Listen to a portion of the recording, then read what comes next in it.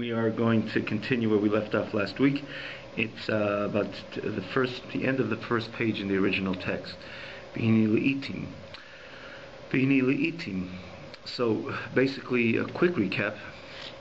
Though, as I usually mention at this class, that in detail to see the previous classes, one could just in the very link of could click Tanya, place Tanya, and you have all the previous classes. But with the text as a website solely for the Tanya class, but namely the advantage with the text is on tanyaonline.com, and you have last week's classes already posted. Usually, I would say it's usually posted within about 24 hours after the class, last week's class. It's been posted for a few days now, so one could see last week's class with a little more elaboration. But just to quickly recap, the Alter Rebbe says in the beginning, the Alter Rebbe begins the chapter that perhaps that when one would reflect and meditate on the previous chapters with a message of Chaf Tes and Lamed, chapter 29 and 30, he'd come to Atzvos, to depression perhaps. But don't worry, and he says even though depression is not a good thing in our Avodas Hashem, but don't worry at this point, because sometimes in order to bring down, to subdue the chutzpah of the negative forces which are hosted usually by the Nefesh Avraham, the animal soul, have to be brought down. So you have to do the same thing, which is similar to what they're up to. In other words, you have to bring them down when negative evil forces rise like an eagle. You have to bring them down. You have to do something which is similar, even though it on its own is not particularly positive and good. You got to bring it down, which would be a step stool to the subsequent service, which is serving in Kodesh Baruch Hu, subsequent to this etzev, to this experience. Besimcha v'tov levav, he brings the pasuk b'chol etzev yemeiser. He says sometimes from the forest itself, mineu beilish de beinargi. Sometimes in order to chop a forest, you use the same wood. In other words, you use an axe, and the axe is the wood. So you use the wood which comes to the forest in order to chop down trees within the forest. And it's a mineu bein, as you use the same tactic on this which you're trying to counter. And that's what he says, that the etzev, even though again it's not a particularly a genuine service, it's not something which doesn't have the positive energy which exists within Kedusha. It doesn't align itself with a service with Avodas Hashem, with serving God, which is usually supposed to be done with simcha, with joy and gladness of heart and elation, etc. Just really throwing a few tidbits of this past class, which again you can see on the sites in detail. But nonetheless, it's important to bring down the Yetzer Hara, use the same tactic to bring down the Yetzer Hara, and eventually, the limud HaTorah, the davening, the praying rather, the learning Torah, subsequent to this etzem would be with a much more greater the joy and the elation, the uplifted spirit in the limud HaTorah and the learning Torah and the davening, and anything which is associated with the Hashem would come subsequent to this outsev will be meiser, will be special, and to explain by Yisrin, what is the meiser, the advantage, is the simcha, the joy which comes after ha'etzev. Again, I'm just throwing very detailed. I don't think you could exactly. You need to see a little bit more in the previous classes. But what the Alter Rebbe noted in the last very end of the last week's class, the truth of the matter is, the Alter Rebbe says, "Ha'emes." It's not really etzev. It's not really depression. It's not really melancholy. It's bitterness. And bitterness is not only something which could bypass in order to accomplish what Alter Rebbe says then the Atzvos accomplishes, but bitterness on its own merit is something very positive. And this is what Alter Rebbe introduces. He says, Be'emes, everything we mentioned, it's not really Atzvos. in this TanyaOnline.com, you have this question which we asked, which we're not going to go into. We're going to stick to the text, but you can see it there. It's in the footnote on the text in this very chapter, which the Rebbe asks the question. Our Rebbe asks the question on Alter Rebbe. You build up a whole building over here, and you say, atzvus is not such a good thing, but in this case, use it for the positive objective which you're going to gain from it, especially the service is going to come subsequent to it. So you're telling me that it's not a good thing on its own merit, but nonetheless it could be used. It could be a step stool to something greater, or it in itself. We just use it not for the central service, but just to bring down the spirit, the evil, the impure spirit, etc. But then he says, "Be'emes, it's not really atzvus. So why did you start saying it's atzvus? But in order to understand the question even better, when the Alter Rebbe says it's not atzvus, it's not depression, what is it? Mirirus is bitterness. The message is so starkly different. Because what is Alter Rebbe's explanation when he differentiates between mirirus and atzvus? He says mirirus is so different than atzvus. Why? Because when a person is depressed, as we noted last week as well, he usually doesn't. He can't even cry. It falls into a state of devoid of any energy. When a person is depressed and his mood is down and everything is down, there's no energy. Even an energy which can be expressed when a person is bitter, when there's doesn't exist when a person is depressed. He's down. He suffers from or he experiences melancholy, depression. There's no energy. There's no chayes. There's no passion. Conversely, when you're dealing with bitterness, a person is mar, he's bitter. Then there's a lot of passion. The person cries when he's bitter. Crying, there's a lot of energy in crying, a lot of passion in crying. When a person is depressed, he can't even cry. Something which is such a rare expression, or an expression of crying, which is usually not the norm, which comes up when a person is bitter, that doesn't even exist when a person is atzev, when he's depressed. There's no life. It's devoid of any livelihood when a person is depressed, as opposed to when he's mar. There's a lot of chayis, there's a lot of passion there. The only thing is, what kind of passion? It's passion that comes from nagvura. Man is comprised from the heart. There's different components in the heart. There's the 7 attributes. Primarily, it's the chesed and gvura, which the other attributes Alter Rebbe establishes in the earlier chapters are derivatives, or there's branches. They use the expression of the but from chesed and gvura, which are the chief attributes: kindness, severity, strictness, and giving, and so on, but which has different expressions. Chesed is more associated with simcha, with joy. Gvura is aligned, or mirir, or tears, bitterness, aligned with gvura, and which is the opposite of elation. But in the same token, it's a midah. It's a feeling. It's an attribute. It's an experience. It's an experience which a person experiences love, and experiences fear. It's very opposite, but nonetheless, yira is an experience on its own merit, because it comes as associated with gvura, which is a separate midah, a separate attribute, a separate feeling, a separate character, which is called gvura, which comes. They have yira, even though yira is not like ava. It's so opposite. It is so opposite, so different, and so distinct from ava, from love. But it's a separate compartment in the heart, which is the compartment of gvura. It's a feeling. It's an expression of which leads, or it's associated with the expression, the feeling of fear, the attribute of fear. So one's going to say, "Oh, it's not chesed, so it's nothing." No, there's a lot of passion and fear as well. In this case, when we're dealing with a person's bitter, there's a lot of passion in mirirus. A person could cry, and tears could a lot of tears can accumulate when a person is bitter. And tears itself, the expression of crying, there's a lot of energy in crying. There's so much energy in crying.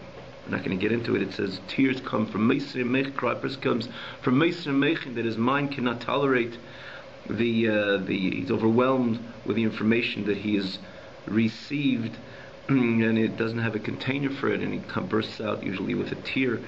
But we're not going to go into the exact makeup, what leads to ultimately leads to tears, to the actual makeup of tears. But the no question that tears and a good cry comes from the state of when a person's mar, a person's bitter. So the expression of bitterness, the expression of tears, which is such a healthy thing we mentioned, and with Arieh says someone doesn't cry and has said 10 days of repentance, Ein Nishmasi Shleima, his neshama is incomplete, which means tears plays a great role. Holech Yeluch Uvachi plays a great role in our Avodas Hashem, even when things are okay. Even things which are when they're rather to say better, even things that are physically okay.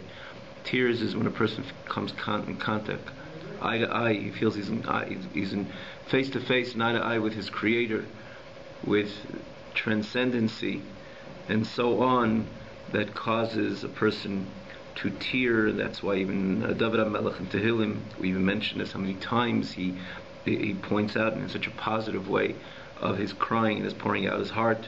Shivchi kamayim libech nechech pnei Hashem, which is and time and again it's even we need not to pull out this pasuk or that verse or this verse or that verse. The whole Tehillim, many of the David HaMelech's expressions, or other Nevi'im for that matter, but namely David HaMelech, Simi dimasi b'neidecha, put my tears in your pouch, he tells Hashem. In other words, recognize my tears. Tears are very extremely healthy, and for that matter, when a person feels face to face with this with transcendency, with his or he feels face to face with his Creator, that itself, he has the ability to stand eye to eye and intimately connect with his Creator. Usually causes a person to pour out his soul and he would actually tear. So there's, in brief, there's so much passion in the experience of Merirus. So the Alter Rebbe, and this is where the question comes in so clearly. Ach be'emes, the Alter Rebbe before tells you it's atzvus, but it's okay for that particular game. But he says in the end, you should know it's not atzvus, it's not sadness, it's Merirus. And we know atzvus and Merirus are so different. And Alter Rebbe himself tells us it's so different. Depression, there is no energy, there's no passion. Merirus, bitterness, there's so much passion. And that's why he says it's not only something which is perhaps no good, but it could lead to something good. Alter Rebbe says it's once he establishes Merirus, he himself, the message itself is saying that it's a good thing, it's a healthy thing, and periodically we have to experience this. We have to allow the gvura, which leads to this Merirus to express itself, and it's a healthy thing on its own merit. So that here, the Rebbe asks, if that's the case, why did Alter Rebbe begin saying that it's atzvus, and then say it's really not the ideal, but yet use it for this reason and you get it for the benefits, and then come back and say be'emes, it's not atzvus, it's Merirus. If it's be'emes, if that's be'emes, if that's the truth, is only one truth. If it's true that it's Merirus, what you started atzvus. Again, look there. You may look there. You can see it again in the TanyaLine.com. There's the footnotes additional to the text. The footnotes, which many of them brings many of these footnotes are the Rebbe's comments on Tanya. And this is one of the questions which is begs actually when you learn this page, when the Alter Rebbe creates this whole edifice, and then he says, "Be'emes, the truth of the matter is, it's not atzvus, it's Merirus." But let's go back to the text itself, to where we're up to. So he says, because atzvus, he should leave him metumtum. I'll repeat these few words. The atzvus of man's heart is just blocked like a stone, Kevin, like a stone. There's no passion in his heart. Conversely, when you're dealing with Merirus, like nishbar, bitterness, and a broken heart, adirab, on the contrary. There's a lot of chayes, believe it, a lot of passion. It's hardly spoiled, marmer. Things are happening. Yisrael means to get excited. Meaning to say, to get excited following this experience of merirus v'lev nishbar, of this bitterness. It's an expression. It's excitement. Meaning in this context, it's full of expression. Uli smarmer, and he becomes bitter He experiences this merirus. It's a whole experience, an experience which comes to full expression, and there's so much passion there. The only thing is, it's chayes mechins gvuras kedushas. It comes from gvuras. Gvuras means to say again. We explained there's chesed and gvura, which generally these are two different opposite midas, and we know we learned so much of it before in the previous chapters when we went through all these different characters, the way they're on high. in the godly spheres and the way they're within the heart of man. Shenishtalshul mehen, again, the reason why man is created with similar to the way Hashem is, because Adam el Elyon, man is compared to the way things are on high. Shenishtalshul mehen means the reason why we're built up in this way, because that's the way it is in the Olamat Elyonim, the supreme world. So there we explain again a few times, Chesed is kindness, Gvura is severity, giving, more an expression of Ava, love, which is associated more with joy. Gvura is stringency, Gvura is contraction, Gvura is tzimtzum, which is usually associated with more. And if Gvura comes to expression, it's usually by the expression of fear, or sometimes again bitterness, tears, and so on. So it's a different midah. It's a different midah, but it doesn't say there's any lacking any passion. Quite on the contrary, Chesed has its passionate expression, and Gvura has its passionate expression. As he says, Simcha b'chnis chasadim, and joy comes from Chesed. So, in the end of the day, the emes, it's a good thing on its own merit, because it's not atzvus, it's merirus, and it's a healthy thing. It's an expression of the midas, of the characters of the godly soul, the way it is expressed as gvura, etc. Because the heart is there's a combination of both. The Rebbe goes on, he says, periodically we do have to arouse the supreme and sanctified gvuras in order to sweeten the dinim. What is the dinim? Dinim is to sweeten. Dinim literally means judgment. Dinim means when there is judgment, means to say that things are not smooth. This is when, for example, the Nefesh Bahamis and the Yitzhahara are dominant. It's din, because like you say in this context, you say that there's, for example, someone has a court case. It's a very unpleasant experience, because there is a possibility, there is a state of vulnerability that negative judgments could be dominant over the person. That's why din is on its own. It's not a good thing. Din says Rosh Hashanah is a day of din kashya. The person's portfolio is open in the heavenly court. It's a day of judgment. It's very unpleasant, even though we hope and we anticipate and we come with certainty and security, and namely with a full month of tshuva and repentance and reflection and retrospection, and we come again, which is the month of El, which is given to us in order to scrutinize and dissect our avodas Hashem, how we're doing, and we intensify in the area, in our commitments and in our service to God, in the areas which are lacking, or we increase in our service to Hashem, and we make sure to be careful in things which we are not to do. And I mean, this is the Chodesh El, the package of Chodesh El, the message rather of Chodesh El, the month of El, come before Rosh Hashanah. So we come to Rosh Hashanah with that hope and that anticipation, or even more so with the security that we're going to win in judgment. We're going to be Zeicha B'din, meritorious in judgment. And we bless each other that we should be Zeicha B'din, and it says the blessings themselves, when one Jew blesses another, it has such a great effect on high, but doesn't take away the fact that Rosh Hashanah remains a very serious day, because it's a day of judgment, and judgment can mean that there is negative forces and negative sayings and negative presentations over the person based on his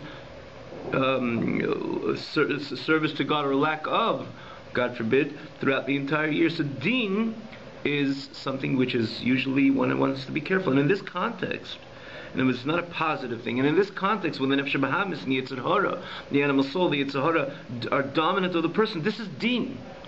This is an expression of it's a negative. It's an expression of negativity, negativism.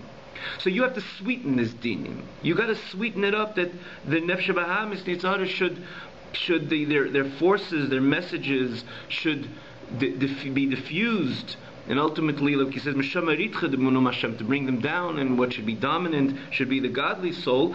So you got to sweeten up this deen. How do you sweeten up this deen? It says sometimes he says you have to use deen in order to sweeten deen.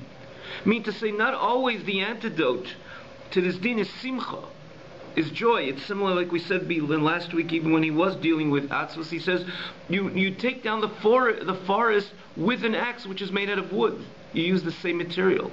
So in order to bring down this deen, to sweeten this deen, not necessarily it's with the expression of chesed, which is kind of chesed, ava, simcha in this case, but you use deen to bring down deen. That's what he says many times. Kidei lahavdik dinim, you have to ma'ir gvuris. You bring down din with din, which what is the gvuris in this case? The meridas, the bitterness, lev nishbar, the broken heart, the broken spirit, which results in tears and so on and so forth. Which is, what is a dinim, which is an nefesh b'ham, yitzhara. The animal soul, the yitzhara, when it's dominant over man, which that's an expression of din. And how do you sweeten that din? You go to the source. What does it mean? The whole reason why there is nefesh b'hamis yitzhara, if you think about it, is ultimately only because there's din, only because there's gvura, because there's contraction in the godly light that could ultimately form a yitzhara and nefesh b'hamis. I mean, so much more to say on this very line, but just let's take it for face, just to understand. Why is there a force and an energy which could send a message which is antithetical to the godly message, to the Torah message? Because the way Hashem expressed himself in creation was with much tzimtzum, with much contraction. And there could be the fact that it could be a finite world from an infinite God. It says that it's all about the expression, God's gvura, which came into play, which contracted and concealed so much of God's light. So from an infinite God, we could have a finite world. God decided to express himself with his gvura. Nothing is compelling in when we're dealing with, nothing compels God to do and express himself in any particular way. He decided to do so. But what is in function when you look about an olam, which is Melashon Helam Behester, comes from even the word olam comes from says that there's a concealment and there is a cover-up of the emes Hashem, the truth of God. That is the mere fabric, the texture of olam itself. But or as we said it before, from an infinite, to have a finite world from an infinite God, it's only through tzimtzum, and only through a total expression of gvura, contraction, severity, which means not giving, holding back the godly light. Now when you focus even more, not only the fact that exists a finite world, or a world which doesn't demonstrate the reality of godliness, but more so, you have an entity which is called the Yetzer Hara. In the face of God, where does the Yetzer Hara come in? Or an nefesh b'hamis, or an animal soul. It's only because there's a contraction on the godly light, there's such an intense contraction that ultimately the result could be an energy and force which could tell the person to do contrary to his creator, which is Ein Milvada, which is really the emes of everything, emes Hashem le'elam. So the whole mitzias, the whole the ability that there could be an entity of an nefesh b'hamis, an animal soul, and Yetzer Hara is only because of the expression of din, of gvura, the supreme din and supreme gvura. And when and especially when it not only has the ability to send its messages, it actually is chas v'shalom dominant over man. It's a full expression, and that's when gvura comes to full state of manifestation. So we got to conquer this gvura. So we got to sweeten up this gvura in order to diffuse the din over here. And in other words, the nefesh b'hamis, the message of the nefesh b'hamis, the message of the animal soul, the message of the Yetzer Hara should be completely diffused. Means to say it should be brought down. How do you sweeten this din? It says, Eina dinim im talking ela b'shoshin. You got to go to the very source of this very din. Not necessarily you conquer it with an opposite midah, an opposite attribute, an opposite expression, which in this case would be simcha. Many times you use the same din. You knock the forest with an axe, which the material of the axe is wood itself. In this case, the expression of bitterness, the cry, which, as we just mentioned, comes from gvura, right? We just mentioned so clear there's chesed, which is usually an expression of simcha. Bitterness, tears, a broken heart is associated with gvura, expression of gvura, the attribute of gvura. Many times you need gvura, especially gvuras kedoshes, holy gvura, sanctified gvura, in order to diffuse the dinin, which in this case is the nefesh b'ham, is the Yetzer Hara, which is dominant chas v'shalom upon man. Therefore, as I'll say, our sages of blessed memory, let's get into Gemara Brachas, say la'olam yargiz adam yetzer hatev. Extract anger, wrath from the Yetzer Hatev over the Yetzer Hara. Why do you have to extract wrath? Why regiz? Why anger? And the answer is based on this same rule. Ein adinim im token ela b'shoshin. You want to sweeten din, you many times have to use din itself. So the regiz, this anger from the Yetzer Hatev over the Yetzer Hara, that itself diffuses the energy of the Yetzer Hara. Now, does that mean that the person always has to, throughout his entire day, that his entire Avodas Hashem has to stand in a state of mirirus, of bitterness, because of its great accomplishment, based on what we just learned and explained and elaborated? The answer is no. It says, and because in the overall man's service to God, when it comes to his learning, his davening, which is, again, this is overt service, the gemilas chasadim, and the overall, the person has to serve HaKadosh Baruch Hu metech simcha, with joy, and then on the surface it has to be very evident that he stands in a state of joy and elation and gladness of heart when he serves HaKadosh Baruch Hu. But periodically, this yargiz adam Yetzer Hatev has also its place. When is that? And every time when he sees in his soul that he's in need for this, he is to express, again, the suggestion of our sages of blessed memory of the Yargiz Adam Yetzer Hatev, meaning to say that on the overall, a person has to serve HaKadosh Baruch Hu, Simcha. Even though I will just add, Al-Taneba brings in from Zayar in the end of page Perek Lamed Daled, he brings it in Perek Yud Aleph, and he gets us a tshuva also, that many times that the heart itself could play two very different and distinct roles simultaneously. There's a Lashon in Zayar, it says, Chedva Tkiya B'liboy V'sirtida, in other words, joy is anchored in the heart on one side, and simultaneously there could be the a cry in another part of is anchored in another part of the heart. But we're not dealing with it, which is again, which Al-Taneba points out that these two opposite expressions could function simultaneously. But there's no question that on the surface it has to be very much apparent in the person that Ivdus Hashem B'Simcha, the notion of serving HaKadosh Baruch Hu with joy and elation and gladness of heart. But this suggestion, the person must introduce at times, and what are the times that he introduces to this? Every time he feels, he sees he's in need for this. Right? The person doesn't eat all the time. Most of the day we don't eat. Hopefully, most of the day we don't eat. Right? But it's when we're hungry, we would feel we can't go on, and there's a need, and consequently there's a desire. That's why Hashem created us. There's a desire to go eat in order to soothe the hunger, in order to move on with the important, all the important stuff which we're involved with. Right? So at a certain time we feel that this is a state that we have to go eat, and we eat, and then we move on with everything which is important, again, for the reason why we were created. And the same thing over here. There's certain times when the person feels in his nefesh that the Yetzer Hara, the message of the Yetzer Hara, the nefesh b'ham, is the animal soul, is rising unrationally to heights that as Al-Taneba uses the other expression in the previous chapters, the notion of again, he brings this kanesher in tagbia kanesher. It disproportionately with chutzpah rises without any rationale, with its haughtiness and its ego, and namely, as it wants to be dominant. At that point, Hashem, which is again a full expression of din, it says, and at that point we introduce the ein hadinim im tokin el b'shoshan. That's a good time when the person could fully express this merirus, this bitterness, this levenish bravenitka, this broken heart, which will immediately diffuse that chutzpah of the Tagbia Kanesher. Again, it's a pasuk that rises like an eagle, Mishamaritcha, that it brings Meritcha.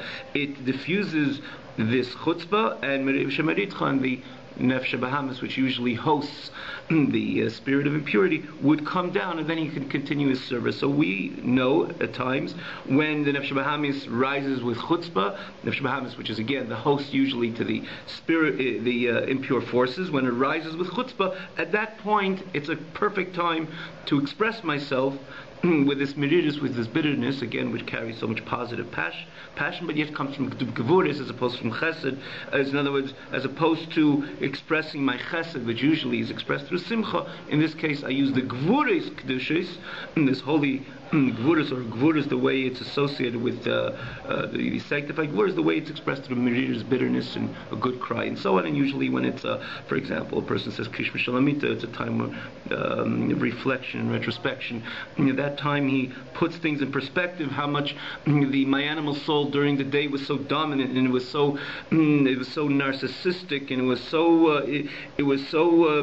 it stood with such determination and such chutzpah. So many times it doesn't mean that in the middle of the day the person has to express himself with his merirus, with his bitterness. There are times when the person dissects his with emes, with truth and integrity, the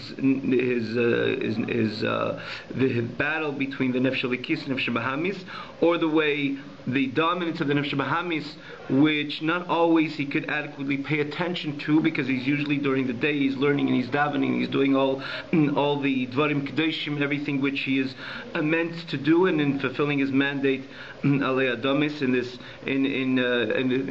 fulfilling his mandate. But when he comes to certain times of the day when he is able to reflect and retrospect on the way his system is really working, and how much he realizes the nefesh bahamis stood with that chutzpah, at that point it is good to exercise this merirus, this bitterness, maybe even a tear, and so on and so forth, as we brought many times it's been spoken about this expression over here between in Chedesh Elul or in Krishma Shalamita, like we just mentioned, or we mentioned Arizal, which says that in 10 days of repentance, whoever doesn't cry in these 10 days, Ein Nishmasi Shlema, his neshama is incomplete, because these are times when the person stands face to face with his Creator. He's able to clearly see or take note or pay attention to the chutzpah of the nefesh bahamis, so the Yetzer Hara, which again is the host, is that lovely host to the impure spirits and impure forces. But I'm just going to read another few lines over here, and he says, Ashas HaKaisher, a suggestible time as well, Shisham Yuchedes V'Ru'uya L'Kach L'Rei B'nei Adam, which is a unique time for most people. Hi B'Shoshu Etze B'Lavachi. When a person is sad and he's down, regardless, means to say, what do you mean regardless? He adds these two mimili da alma, from worldly matters, which means he's not down because of his spiritual state, unfortunately, or this is when in this world, there's many times God should always forsake us from many bumps. We have too much to do in this world not to experience any bumps, but in this journey of the person's life in Elamazi, you can come, sometimes we come across different, I call it, use them bumps, mean to say unfortunate experiences which bring the person's spirit down. So when a person is anyways brought in a down spirit because of worldly matters, in other words, that he's not experiencing, things are not going that well, and that is also a good time, the Alter Rebbe says, switch that. Try to utilize that down moment when your spirits are down because of unfortunate experiences, or he says even kach blishum siba, because of the way man works. Man is not a computer, and there's ups and downs, and we fluctuate, and sometimes our moods as well, without any particular reason, not even because anything is particularly going wrong. That's why the Alter Rebbe adds kach blishum siba. Sometimes the spirit comes down, again, not because we're reflecting on our spiritual state, just kach b'lishum siba, the words over here, without any reason. Sometimes a person, again, his spirit is down. That's how God created man. It's never, man is never the same. And we have to try to, balance things out in our hormones and our moods and so on. But generally, there are times moods of man fluctuate. So he says, first of all, chas v'shalom, sometimes there's mila d'alma, worldly matters, which don't go so, something doesn't go so well as we expect it to go, and that brings our spirit down. Or he says, kach b'lishum siba, sometimes without a reason we're down. He says, grab that opportunity. Azai shasa kaisher, grab the opportunity. At that moment, to transform that downness. Etzev literally means depression, but in this case we would use like melancholy or downness. Transform it at that very moment.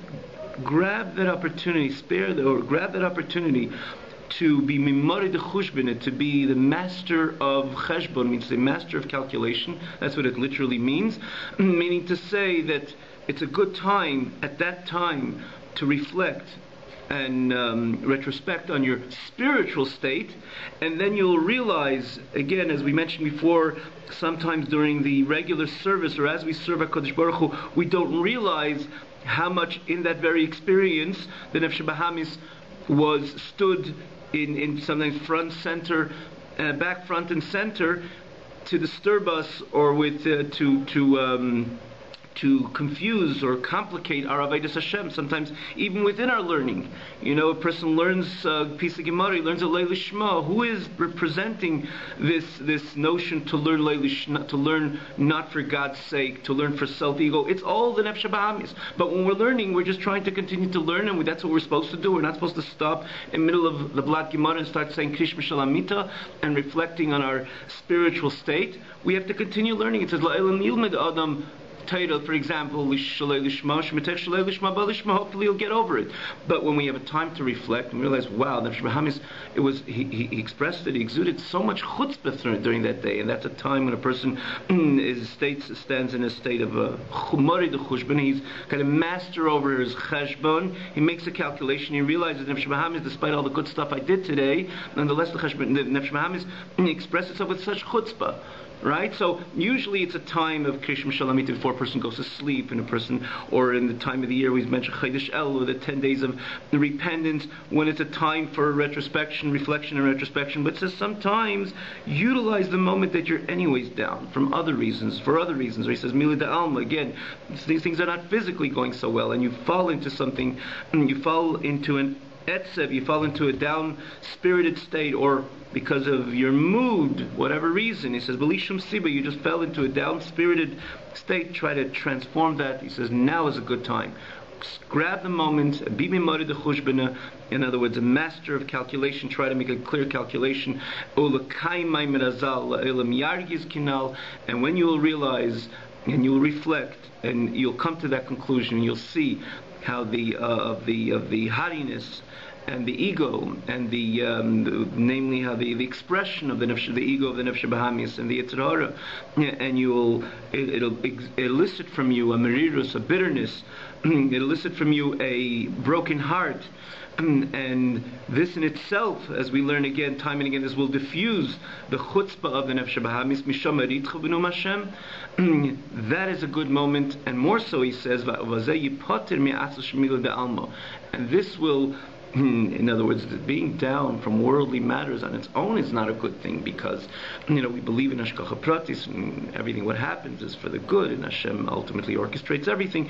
And being down spirited because of worldly matters on its own is not understandably, it's not a good thing. But nonetheless, mind doesn't work like heart, and heart doesn't work like mind. Many times the mind could say and explain, but the heart would fall into this down spirit because of things are not going well. So he says that one of the good things of this particular suggestion, don't wait till those formal times of reflection or retrospection. Again, these times we mentioned in the past, but sometimes grab these moments when you're anyways down. That will exempt you from being down from worldly matters, because you took the opportunity and you took the moment, or you took that opportune moment, or you took that opportunity that you were down for this and this reason, and you transformed it, and you took that atzlus, or that down spirit, and you utilized it to be b'marid the chushbin, and to make a cheshbon hanefesh, and to bring that balance, or to reflect of the how much the nefesh bahamis is so much in charge, and how the Metzri Yetzirah has such a say over me. And again, that elicits the merirus, that bitterness, and that tear, and that broken heart and broken spirit, which brings down the nefesh bahamis, additional to the merit of bringing, or the good thing of putting things in perspective and dealing with the matter appropriately. The good thing is that you didn't allow yourself to be down-spirited. You didn't allow the down spirit, which comes from Mila de Alma, worldly matters, to expand and to expound and expand in your life. As we mentioned, it's not a good thing on its own merit. So it says this is, you'll gain as well, that not only you've done something good, that you were able to express these gvuras kedushas, but more than that, you'll exempt yourself from being sad and down from worldly matters. Have a wonderful evening.